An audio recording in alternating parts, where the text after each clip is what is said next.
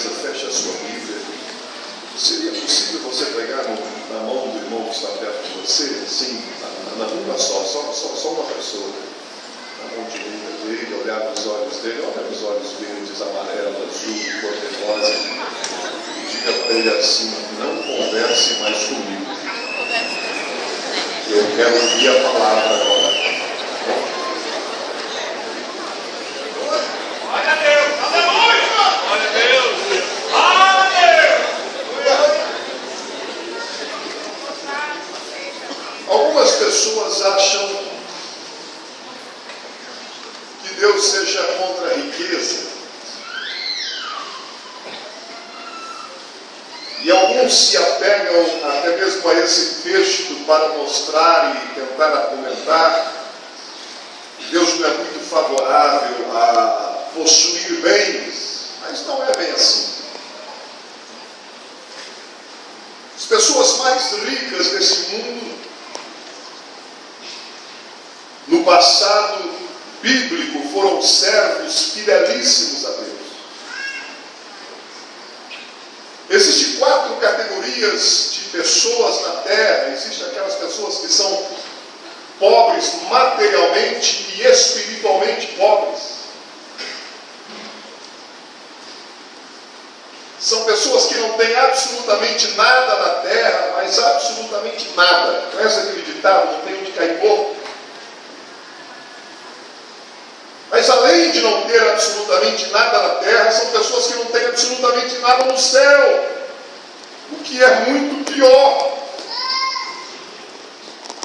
Então essa categoria de pessoas são as pessoas paupérrimas, as mais miseráveis que existem sobre a terra, são aquelas que são pobres materialmente e espiritualmente. Existem pessoas que são materialmente ricas, mas espiritualmente pobres.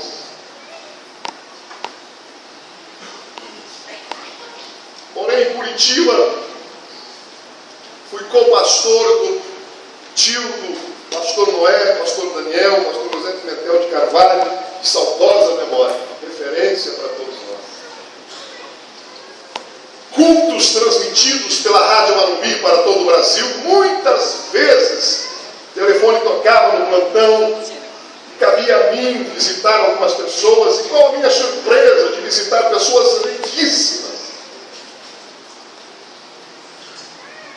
Lembro-me como se fosse hoje uma senhora que me levou ao 7º andar do prédio em que ela morava, no centro de Curitiba. Fui junto com o Irineu Palmeira, hoje estamos pensando nele, pastor Irineu Palmeira. Uma senhora que tem o mundo e o mercado financeiro aos seus pés. Muito rica, muito próspera. Ela disse para mim, antes que o senhor se assente aqui, porque quando eu entrei no apartamento dela, eu não sabia se ia para a direita, para a esquerda, reto, voltava, porque eu nunca entrei num trem daquele. Você estava dentro do... A hora que abria a porta do elevador, era um hall, assim, parecia a entrada de um palácio. E tinha 5 ou 6 jogos de estofados para você escolher para sentar. A hora que eu dei 2 passos para frente, meu sapato desapareceu no meio de um carpete desse tamanho assim. Senti um trem fofo no pé. E eu não consegui esconder, porque eu nunca tinha entrado num apartamento como aquele. E ela nos recebeu carinhosamente, primeira vez que a via. Marido, dono do ramo imobiliário, de construtoras em Curitiba, não apenas uma, mas pelo menos 2. E ela disse: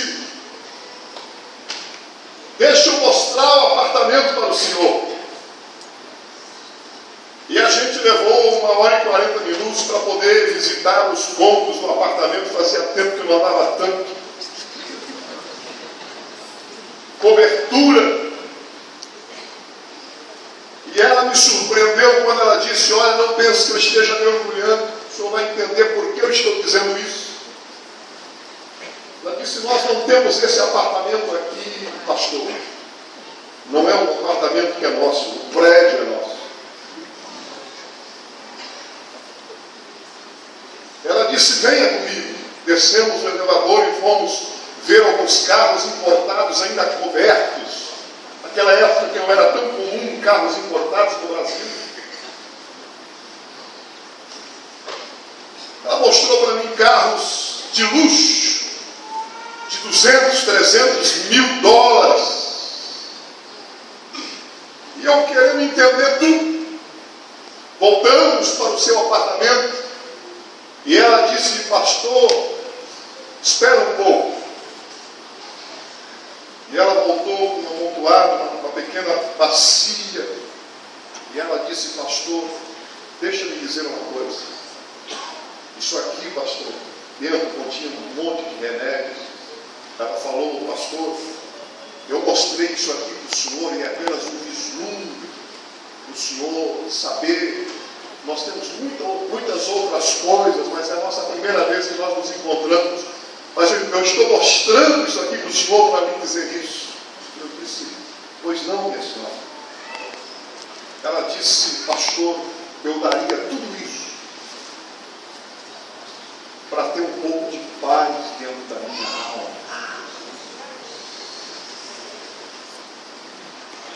Glória a Deus.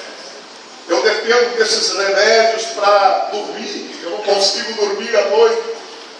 Aí eu lembrei que Salomão escreve dizendo que é melhor você comer alface todo dia numa casa que tenha paz do que ganha numa casa sem Deus, onde tem o ódio. Aí eu lembrei quando Salomão disse que é melhor você morar no canto de um eirado, contextualizando isso, que é melhor você morar numa casa sem nenhuma infraestrutura. Salomão escreveu isso, 17:1 de Provérbios, que é melhor você morar no canto de um eirado com tranquilidade do que numa mansão cheia de inquietações. Ela disse: sabe aquela sacada do quarto que eu lhe mostrei, em que apertava alguns controles remotos, saíam coisas da parede? Ela disse assim: pastor, eu não sei precisar para o senhor quantas vezes eu já tentei me jogar daquela sacada, porque eu sou uma mulher vazia. Eu voltei para casa aquele dia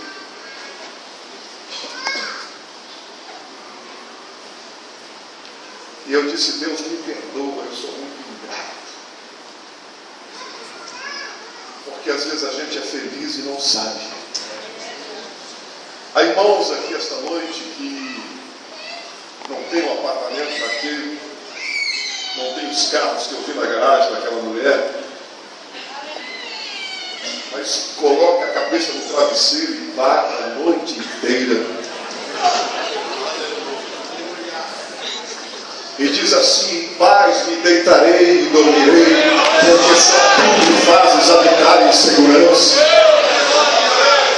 Tem gente que tem paz aqui essa noite?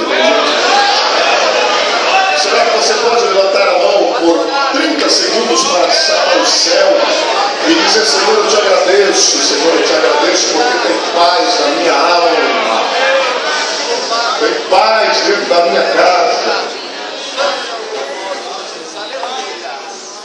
Eu não estou falando de momentos tranquilos, eu não estou falando de aparentemente quando as coisas vão bem. Eu estou falando de paz que excede todo entendimento. As coisas estejam bem ou estejam mal, você está bem. Você com dinheiro ou sem dinheiro, você está bem. Você com saúde ou morrendo em cima da cama, você diz assim: estou bem, eu estou bem. Aleluia, aleluia. É Deus, é verdade. Esse tipo de paz não é a paz que o dinheiro, não é a paz paz que o trabalho, que as circunstâncias podem dar, mas é uma paz que foi resgatada no Calvário, e por isso Jesus disse: deixo-vos a paz, a minha paz vos dou. Então, a segunda categoria de pessoas na Terra são essas, são aquelas que são riquíssimas financeiramente, mas são paupérrimas espiritualmente. É gente que tem muito aqui embaixo, mas não tem um palmo no céu. Se morrerem, não sabem para onde vão. Tem mais medo da morte do que o diabo da cruz.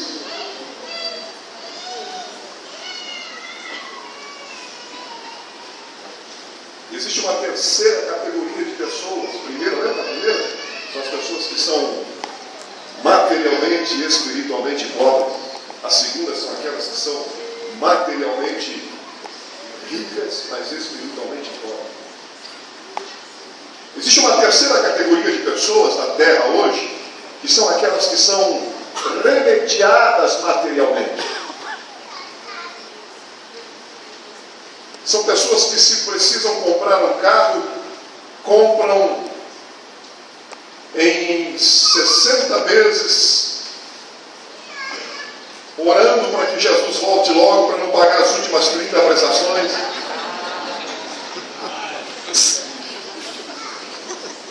Quando adquire um bem próprio, muitas vezes é pelo sistema, pelo BNH, não sei se é mais assim, porque eu estou há 10 anos fora do Brasil, pelos programas que o governo oferece, a perder de vista, dizendo: Jesus, me ajude, venha logo deste anticristo.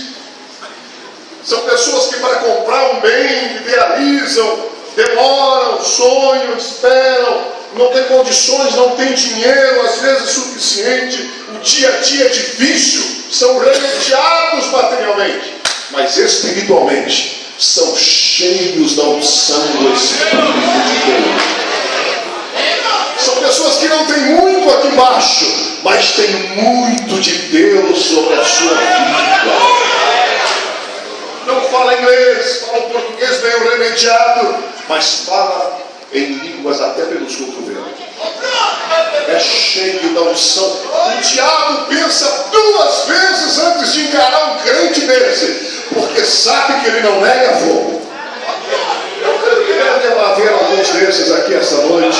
São pessoas que não têm muita coisa aqui embaixo, adquiriram uma casa com muito esforço, muito trabalho, não tem assim um carro importado de $300 mil, mas se Jesus voltar hoje, deixa tudo aí e sobe para estar com o Senhor. Tem gente assim aqui essa noite? Deixa Ele pode ter dúvida de muitas coisas, mas o Espírito de Deus testifica no Espírito dele que ele é Filho de Deus. Aleluia!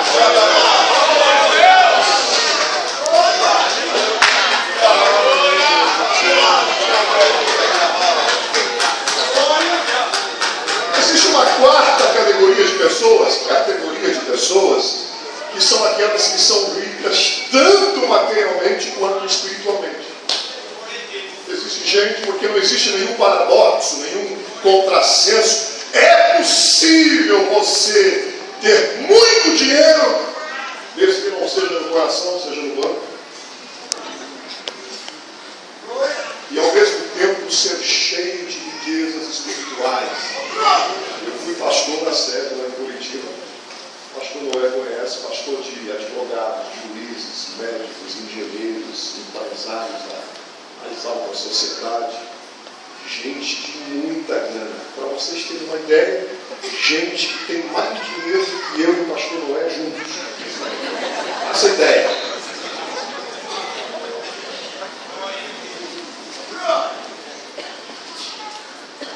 Mas gente cheia de Deus. Eu lembro de uma irmã lá em Curitiba, o sobrenome dela é Marucelli. Congregou um tempo na sede, cheia de Deus. Mais cheia, eu não sei se ela é mais cheia de Deus ou de grana. Está tudo uma rede de material de construção, muito dinheiro, mas ao mesmo tempo era cheia de Deus. Eu lembro que teve terminavam os cultos, as pessoas procuravam ela para receber oração. E às vezes tinha 15 pessoas na fila dela para receber oração e umas 5 ou 6 caminhos. Eu disse, Jesus, não posso perder para essa mulher.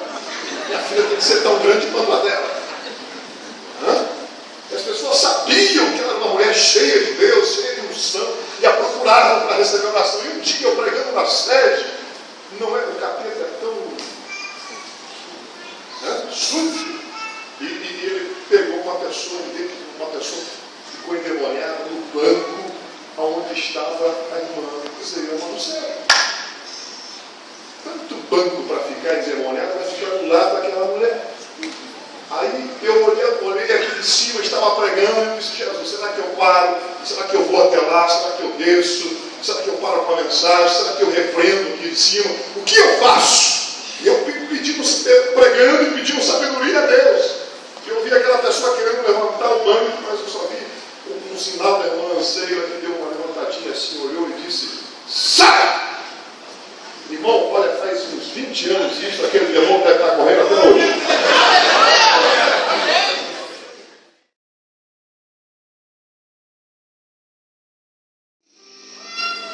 E eu faço apelo, mas não apelo. Você precisa ter misericórdia da sua própria alma. Em nome de Jesus. Aquela moça, uma criança, está vindo para Jesus. A vida inteira para Deus. Pode não significar muito para algumas pessoas de desprezar um momento como esse. Mas Deus considera um momento precioso. Oh, aleluia, se eu terminasse aqui, eu já ia embora feliz. Deixa eu me dizer uma coisa para você. Eu vou roncar e babar no travesseiro essa noite, porque eu entreguei aquilo que está no meu coração. A moça que levantou a mão para Jesus, querendo reatar a sua comunhão com Deus. Venha, filha, as portas estão abertas. Venha, filha. Venha, ela está vindo chorando.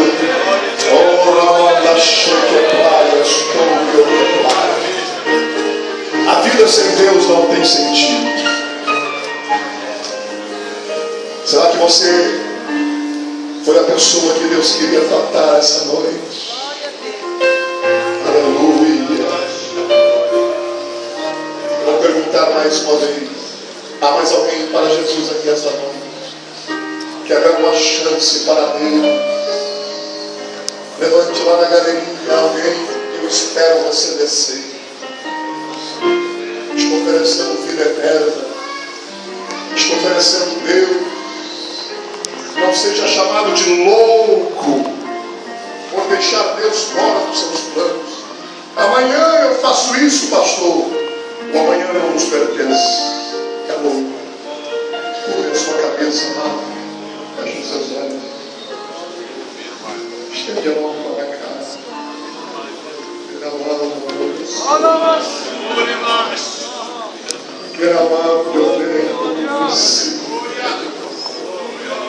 Mais uma pessoa que chega no para Jesus.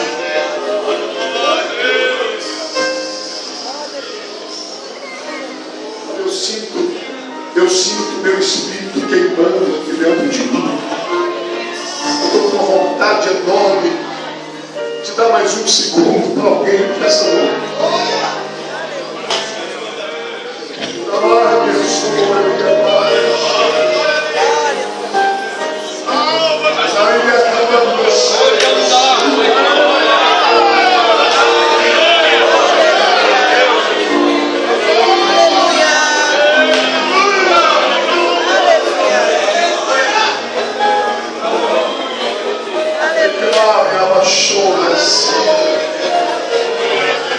Oh, minha alma está queimando, eu estou incendiado aqui por dentro.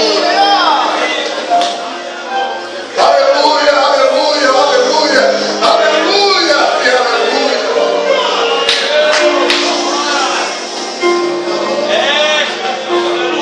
Muito mais do que trocar de religião, é dar uma oportunidade para conhecer a Deus. Há mais alguém? Há mais alguém lá na galeria? Eu não vi ninguém descer, talvez todos sejam evangélicos. Se Jesus voltar esta noite, todos que estão na galeria, aqui embaixo estão preparados. Levantemos as nossas mãos com a permissão do pastor. Oremos. Nosso Deus e Pai, está vindo mais uma pessoa? Está vindo mais alguém?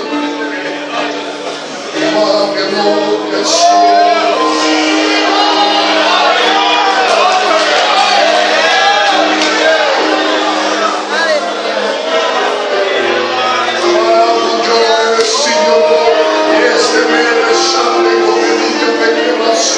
Que vai a sobreviver, que vai isso.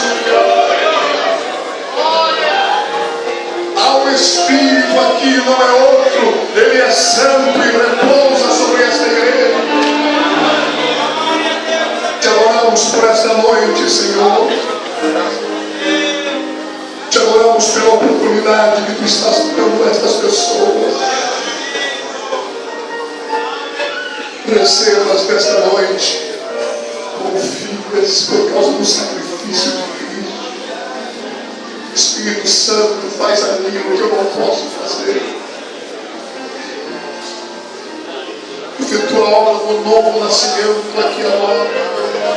Que seja muito mais do que vir à frente, que seja muito mais do que receber uma oração, mas que seja o momento de reatar a comunhão com o teu Espírito esta noite.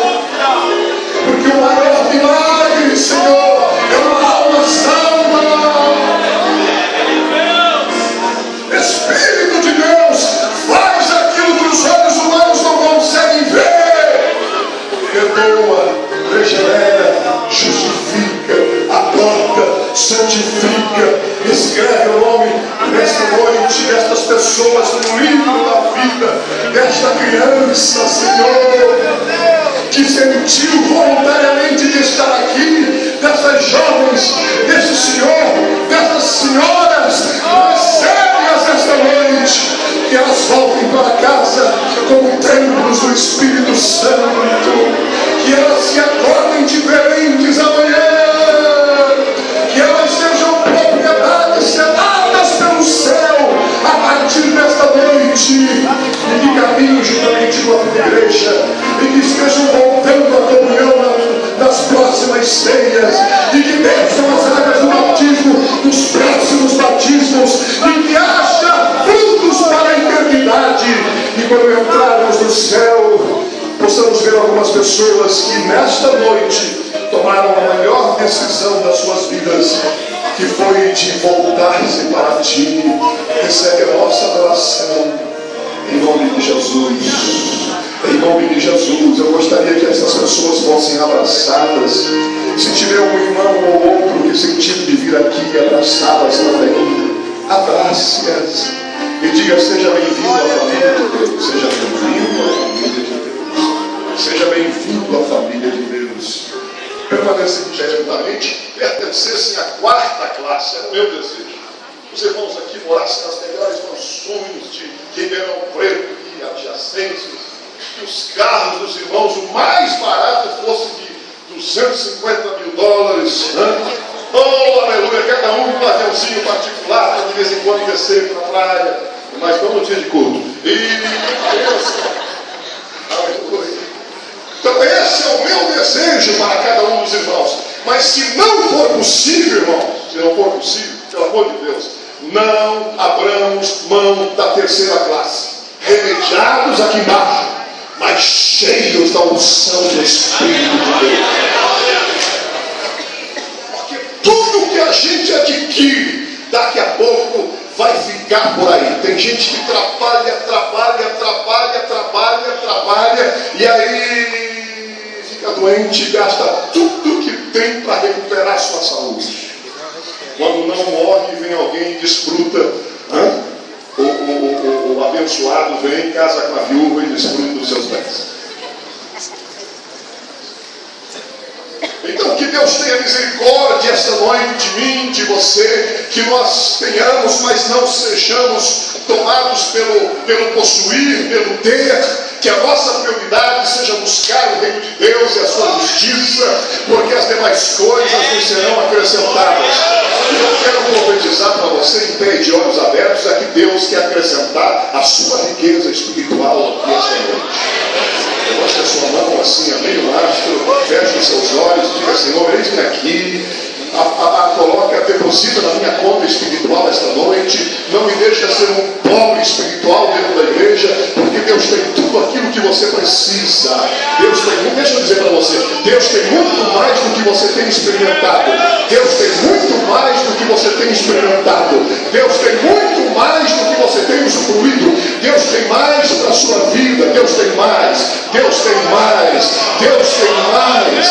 Deus tem mais. Deus tem mais para você. Deus tem mais do que falar apenas línguas estranhas. Deus tem mais do que o fruto do Espírito. Deus tem mais do que os dons espirituais para você. Mas você tem que desejar, você tem que querer. Deus não dá nada que a gente não queira. E só quem quer, deixa a mão levantada e diga: eu quero. Eu quero. Acrescenta a minha vida espiritual esta noite. Deus dá uma olhadinha para essas mãos levantadas. Espírito Santo, é gente dizendo que quer mais de ti, é gente dizendo que quer mais riqueza espiritual. Acrescenta a nossa vida essa noite por tua misericórdia, Senhor. Agora cutuca o irmão que está do lado e diga, profetiza para ele, dizendo assim: Deus tem mais para você. Deus tem mais para você.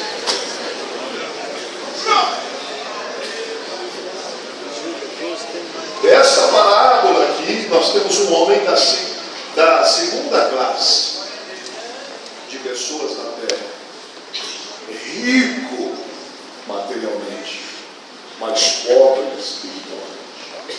Jesus contou-nos, eu não vou me preocupar com a aplicabilidade do contexto, embora seja de suma importância, mas eu quero tirar algumas lições dessa parábola. Quero falar esta noite sobre 4 razões pelas quais o Senhor chamou este homem, Jesus chamou este homem de louco. Jesus disse que esse homem era louco. Louco. Nós temos um homem nesta parábola, fazendeiro, riquíssimo, que plantou e colheu muito mais do que esperava colher. Ele teve uma superprodução. Versículo 17, ele diz assim: olha, não tenho onde recolher os meus frutos. Mas como o dinheiro não era problema, versículo 18 ele diz: farei isto, eu vou derribar os meus celeiros e eu vou edificar outros maiores. E ali eu vou recolher todos os meus bens, todas as minhas novidades.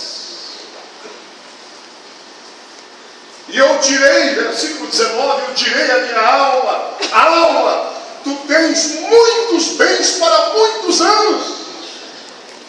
Descansa, come, bebe, aproveita a vida, folga. Mas Deus lhe disse: louco, esta noite te pedirão a tua alma, e o que tens preparado para quem será? Por que Jesus chamou este homem de louco? Vejam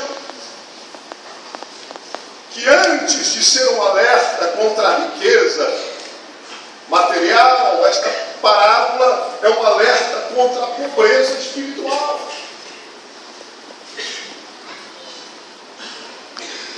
O que chama a atenção aqui é que esse homem rico colheu muito mais do que havia esperado. E ele, observe, ele não foi acusado de tomar a terra do vizinho. Ele não foi acusado nesta parábola de explorar os trabalhadores. Há muita gente fazendo isso. acusado de lesar o governo nos seus tributos. Era um homem justo. Parece que ele tratava bem os seus empregados. Ele não foi acusado de imoralidade, muito menos de moralidade. Nós não vemos aqui um homem traindo a sua esposa, um homem gastando seus bens com mulheres promíscuas. Não é o caso desse homem. Não há uma vírgula aqui que o condene. Ele não é acusado de abuso de influência. Por causa da sua riqueza, ele tinha uma certa influência na sociedade. E hoje nós temos aí muitas pessoas que se utilizam da sua influência, principalmente no mundo político, e são condenadas por isso. Quer dizer, nem todas. Mas não é o caso desse homem. Ele não foi acusado de abuso de influência. Todavia, entretanto, mesmo não sendo acusado de imoralidade, mesmo não sendo acusado de lesar o governo, ele foi chamado de louco. Por quê? 4 razões. Primeiro, ele foi chamado de louco porque ele deixou Deus fora dos seus planos. Ele deixou Deus fora dos seus planos. Esse homem não se preocupava com Deus, não se importava com Deus, não estava nem aí com Deus. Afinal de contas, com tanto dinheiro, para que Deus? Para que Deus? Enquanto a gente sonha e planeja com 2 anos de antecedência para comprar uma bicicleta nas Pernambucanas em 24 pagamentos sem entrada, ele fazia assim: um avião, uma viagem, uma propriedade. Ele era muito ligeiro para as coisas materiais. Logo que surgia um problema, ele já tinha solução. Quando não tinha onde armazenar os seus bens, ele disse: já sei o que eu faço, vou derribar os celeiros que eu tenho, vou construir outros maiores. Quando você lê a história desse homem, nos versículos que Jesus retrata sobre ele, não há uma vírgula que se refira a Deus ou ao próximo. Ele se preocupava apenas consigo mesmo. Então, a primeira razão, este homem é chamado de louco, porque ele deixou Deus fora dos seus planos. E sabia, meu amigo, meu irmão e irmã, que deixar Deus fora dos planos é a pior loucura que o homem pode cometer? Eu não estou falando de religião. Há muita gente que vai à igreja, há muita gente que pode vir nas nossas ou nas outras, e ir na igreja é maravilhoso, mas ter religião é lindo, mas há muita gente com religião vazia de Deus. Se religião fosse a solução no Brasil, eu creio que o Brasil não teria problemas. Mas são os religiosos que não tiram a cabeça, que adulteram, que pulam no carnaval, pintam o 7, e aí depois parece que não aconteceu absolutamente nada, que se prostituem.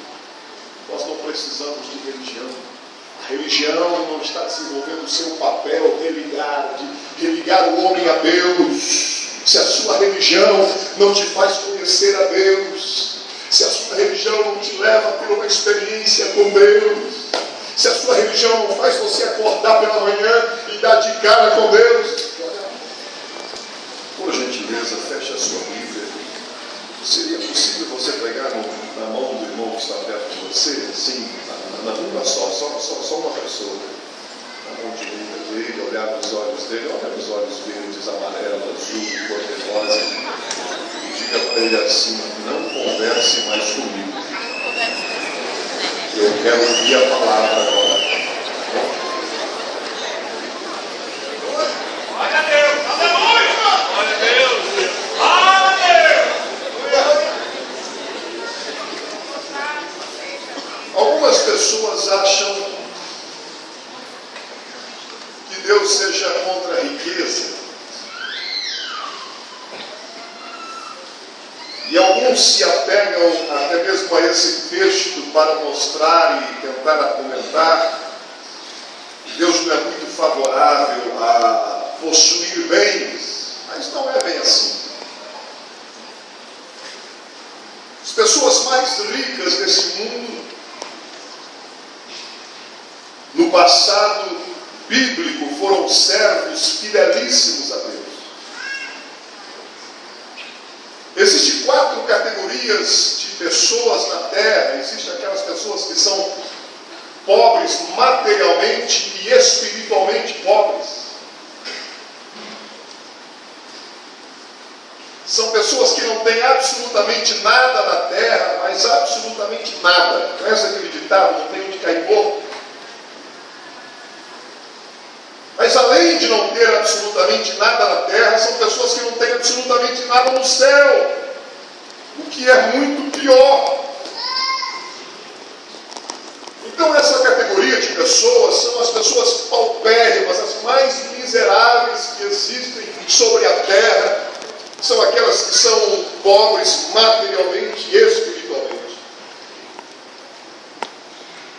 Existem pessoas que são materialmente ricas, mas espiritualmente pobres.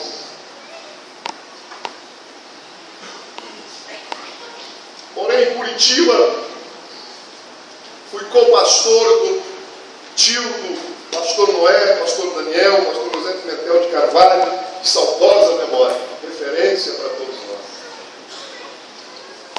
Cultos transmitidos pela Rádio Marumbi para todo o Brasil, muitas vezes o telefone tocava no plantão, cabia a mim visitar algumas pessoas, e qual a minha surpresa de visitar pessoas riquíssimas.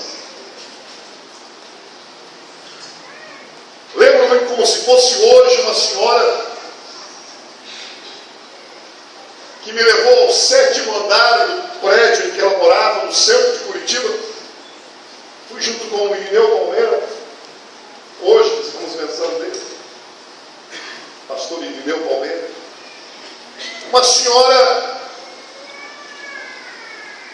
que tem o mundo e o mercado financeiro aos seus pés. Muito rica, muito próspera. Ela disse para mim, antes que o senhor se assente aqui, porque quando eu entrei no apartamento dela, eu não sabia se ia para a direita, para a esquerda, reto, voltava, porque eu nunca entrei num trem daquele. Você estava dentro do... A hora que abria a porta do elevador, era um hall, assim, parecia a entrada de um palácio. E tinha 5 ou 6 jogos de estofados para você escolher para sentar. A hora que eu dei 2 passos para frente, meu sapato desapareceu no meio de um carpete desse tamanho assim. Senti um trem fofo no pé. E eu não consegui esconder, porque eu nunca tinha entrado num apartamento como aquele. E ela nos recebeu carinhosamente, primeira vez que havia. Marido, dono do ramo imobiliário, de construtoras em Curitiba, não apenas uma, mas pelo menos 2. E ela disse: deixa eu mostrar o apartamento para o senhor. E a gente levou 1h40 para poder visitar os cômodos do apartamento. Fazia tempo que não andava tanto. Cobertura. E ela me surpreendeu quando ela disse: olha, não pense que eu esteja me orgulhando, o senhor vai entender por que eu estou dizendo isso. Ela disse: nós não temos esse apartamento aqui, pastor. Não é um apartamento que é nosso, o prédio é nosso. Ela disse, venha comigo. Descemos o elevador e fomos ver alguns carros importados ainda cobertos. Naquela época que não era tão comum carros importados no Brasil. Ela mostrou para mim carros de luxo, de 200, 300 mil dólares. E eu querendo entender tudo. Voltamos para o seu apartamento e ela disse, pastor, espera um pouco. E ela voltou com uma amontoada, uma pequena bacia. E ela disse, pastor, deixa-me dizer uma coisa. Isso aqui, pastor, dentro continha um monte de remédios. Ela falou, pastor, eu mostrei isso aqui para o senhor e é apenas um vislumbre do senhor saber. Nós temos muitas outras coisas, mas é a nossa primeira vez que nós nos encontramos. Mas eu estou mostrando isso aqui para o senhor para me dizer isso. Eu disse, pois não, minha senhora. Ela disse, pastor, eu daria tudo isso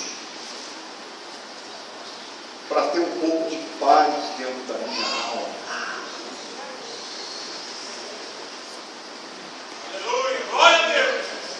Eu dependo desses remédios para dormir. Eu não consigo dormir à noite. Aí eu lembrei que Salomão escreve dizendo que é melhor você comer alface todo dia numa casa que tenha paz do que ganha numa casa sem Deus, onde tem o ódio. Aí eu lembrei quando Salomão disse que é melhor você morar no canto de um eirado, contextualizando isso, que é melhor você morar numa casa sem nenhuma infraestrutura. Salomão escreveu isso, 17:1 de Provérbios, que é melhor você morar no canto de um eirado com tranquilidade do que numa mansão cheia de inquietações. Ela disse, sabe aquela sacada do quarto que eu lhe mostrei? Em que apertava alguns controles remotos, saíam coisas da parede. Ela disse assim, pastor, eu não sei precisar para o senhor. Quantas vezes eu já tentei me jogar daquela sacada, porque eu sou uma mulher vazia. Eu voltei para casa aquele dia.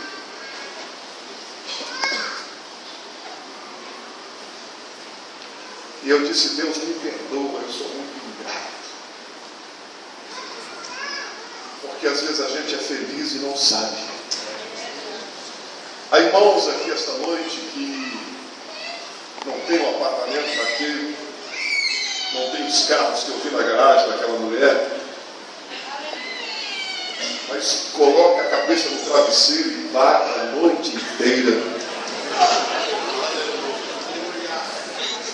E diz assim, em paz me deitarei e dormirei, porque só tu me fazes habitar em segurança. Tem gente que tem paz aqui essa noite? Será que você pode levantar a mão por 30 segundos para o céu e dizer, Senhor, eu te agradeço, Senhor, eu te agradeço porque tem paz na minha alma, tem paz dentro da minha casa. Eu não estou falando de momentos tranquilos, eu não estou falando de aparentemente quando as coisas vão bem. Eu estou falando de paz que excede todo entendimento. As coisas estejam bem ou estejam mal, você está bem. Você com dinheiro ou sem dinheiro, você está bem. Você com saúde ou morrendo em cima da cama, você diz assim, estou bem, eu estou bem. Aleluia, aleluia. É Deus, é verdade. Esse tipo de paz não é a paz que o dinheiro, não é a paz que o trabalho, que as circunstâncias podem dar, mas é uma paz que foi resgatada no Calvário, e por isso Jesus disse, deixo-vos a paz, a minha paz vos dou. Então, a segunda categoria de pessoas na Terra são essas, são aquelas que são riquíssimas financeiramente, mas são paupérrimas espiritualmente. É gente que tem muito aqui embaixo, mas não tem um palmo no céu. Se morrerem, não sabem para onde vão. Tem mais medo da morte do que o diabo da cruz.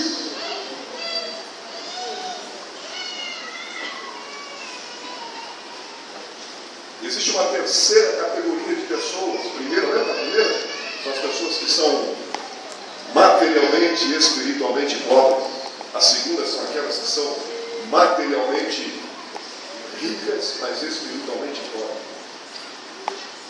Existe uma terceira categoria de pessoas na Terra hoje, que são aquelas que são remediadas materialmente. São pessoas que, se precisam comprar um carro, compram em 60 vezes, orando para que Jesus volte logo, para não pagar as últimas 30 prestações.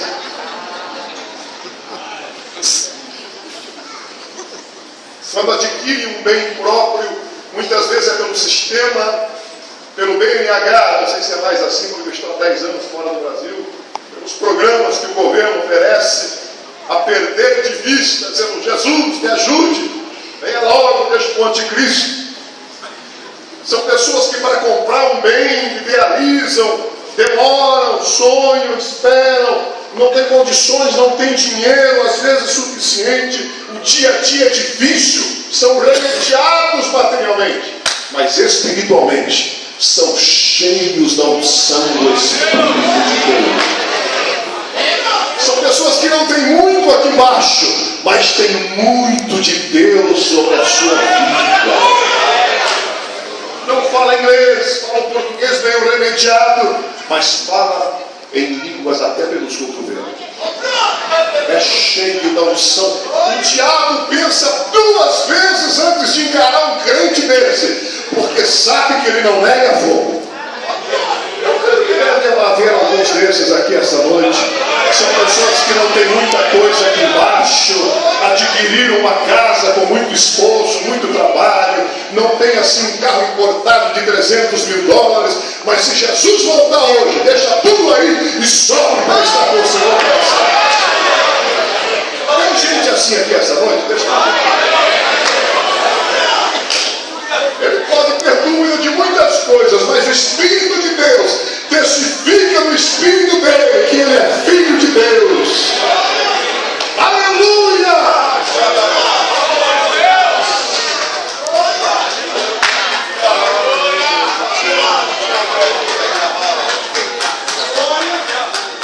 Existe uma quarta categoria de pessoas,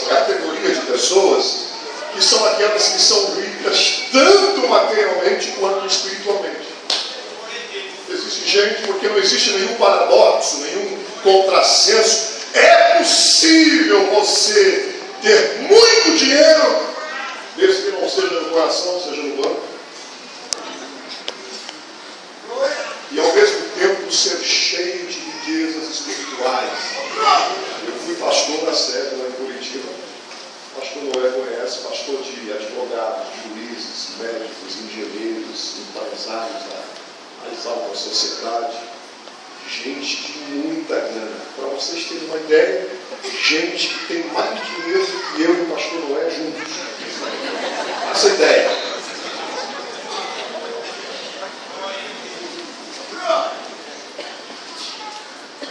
Mas gente cheia de Deus.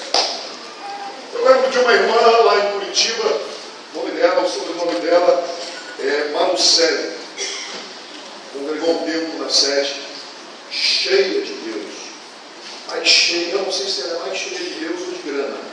Está tudo na rede de material de construção, muito dinheiro, mas ao mesmo tempo ela é cheia de Deus. Eu lembro de terminados os cultos, as pessoas procuravam ela para receber oração.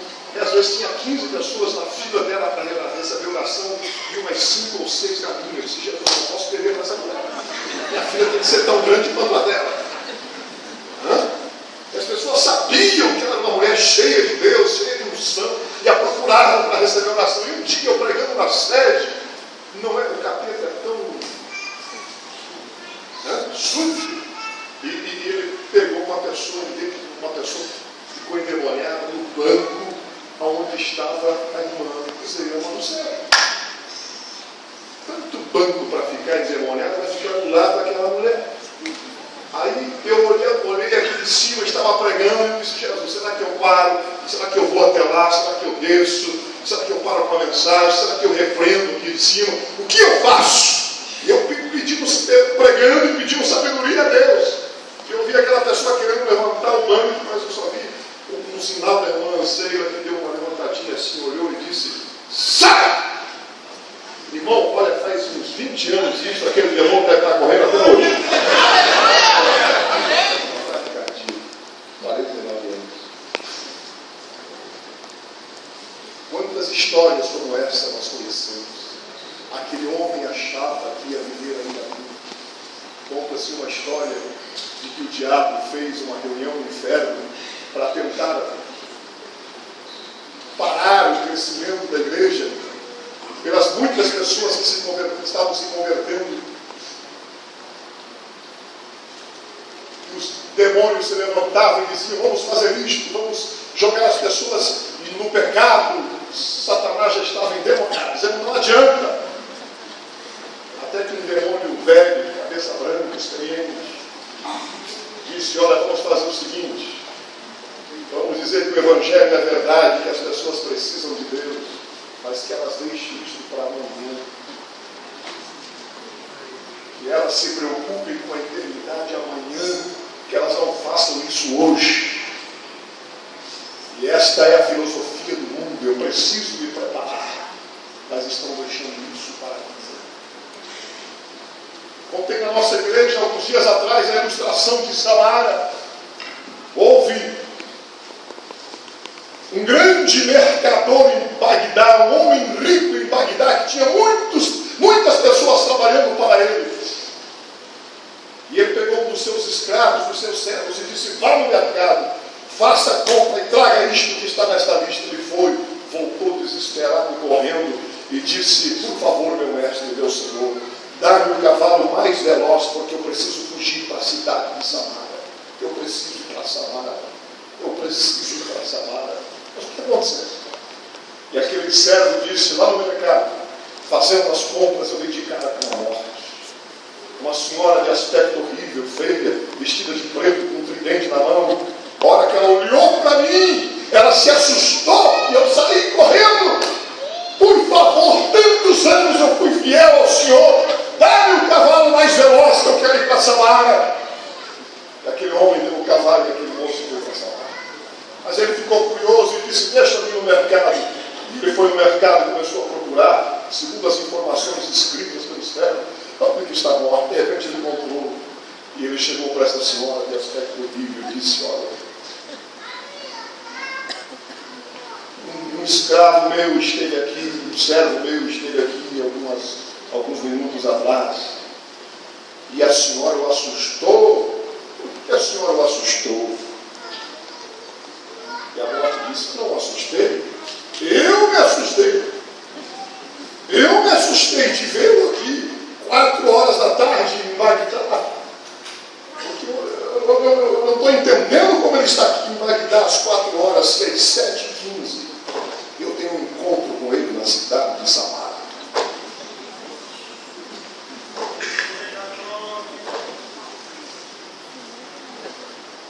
Não há como fugir, mas cedo ou mais tarde nós nos depararemos com a realidade da morte.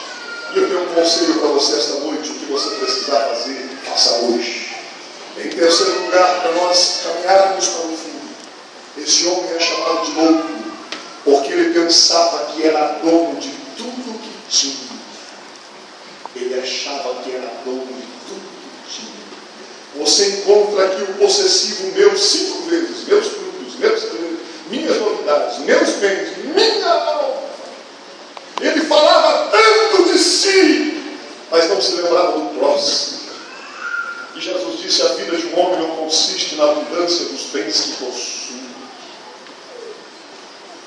Ele foi chamado de louco porque ele achava que era dono das coisas que possuía. Eu li uma ilustração de Napoleão, grande de Napoleão, o general, que disse: quando eu morrer, façam um furo no caixão e deixem meus braços para fora, para mostrar que nada eu trouxe, que nada eu vou levar. Não há absolutamente nada. A gente se esforça tanto para adquirir as coisas aqui, que nos deprimem às vezes, que não nos satisfazem na maioria das vezes, e negligenciamos do principal. E deixa-me perguntar para você, se preparando para terminar, deixa-me perguntar para você esta noite: o que estamos fazendo pela nossa alma? O que estamos fazendo pelo nosso espírito? Aonde você vai passar a eternidade? Você pode ter dúvida de tudo nessa vida, menos disso. Em último lugar, esse homem é chamado de louco. Primeiro, porque ele deixou Deus fora dos seus planos. Segundo, porque ele achava que ia viver ainda muito, e a morte estava na esquina. Terceiro, porque ele pensava que era dono de tudo que tinha. Em último lugar, ele é chamado de louco porque ele errou nas prioridades desta vida. Ele errou. Ele priorizou a matéria, aquilo que é passageiro, e ele negligenciou aquilo que é espiritual e eterno. Está me entendendo? O corpo dura para alguns 40 anos, para outros 70, para alguns mais viçosos 90, 100 anos. E para o corpo ele tinha provisões: come, descansa, regala-te, aproveita. Ele pensava apenas nessa vida, ele se preocupava apenas com o seu corpo. Aquilo que é passageiro ele priorizou, mas a alma dele, que é eterna, ele não fez absolutamente nada. Deixa-me dizer uma coisa para finalizar: daqui a 1 milhão de anos você estará tão vivo, tão consciente quanto você está aqui esta noite. Não estaremos mais nesse corpo, mas estaremos juntos de Deus, ou separados dele por toda a eternidade. Mas é esta vida que vai definir aonde estaremos na eternidade. Amigo, amiga, se a vida fosse apenas isto aqui, eu lhe aconselharia para que você aproveitasse o máximo.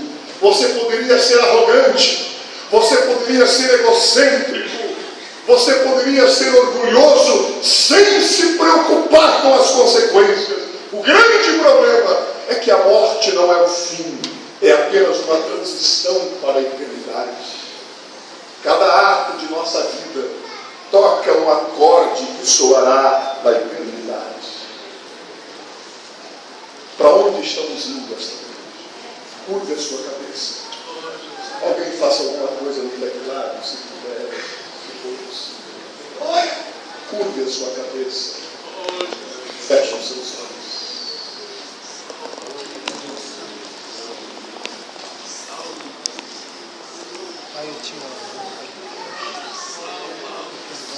Aonde você estaria essa noite, meu irmão, se não fosse a misericórdia de Deus sobre a sua vida? Faça chuva ou faça sol, você está a caminho do céu. As coisas melhorem ou piorem, o próximo governo, oxalá que melhorem, mas você tem o seu nome escrito no livro da vida. O Espírito de Deus testifica esta noite com o seu Espírito que você está em segurança eterna. Há um Espírito esta noite dizendo que você é salvo. No que você baseia a sua salvação? Porque é membro da igreja? Porque desceu as águas do batismo? Nós vamos encontrar no céu muita gente que nós não esperávamos. E vamos sentir a falta de muita gente que nós tínhamos certeza que estaria lá. Oh, Deus, salve a Olhe para dentro de você e diga: Senhor, misericórdia de mim esta noite. É verdade. Vê se há em mim algum caminho mau e guia-me pelo caminho eterno. Amigo, você pode ter dúvida de tudo nessa vida, mas você não pode ter dúvida de onde você vai passar a eternidade. Você não pode jogar a sua alma no lixo. Jesus pagou o preço por ela.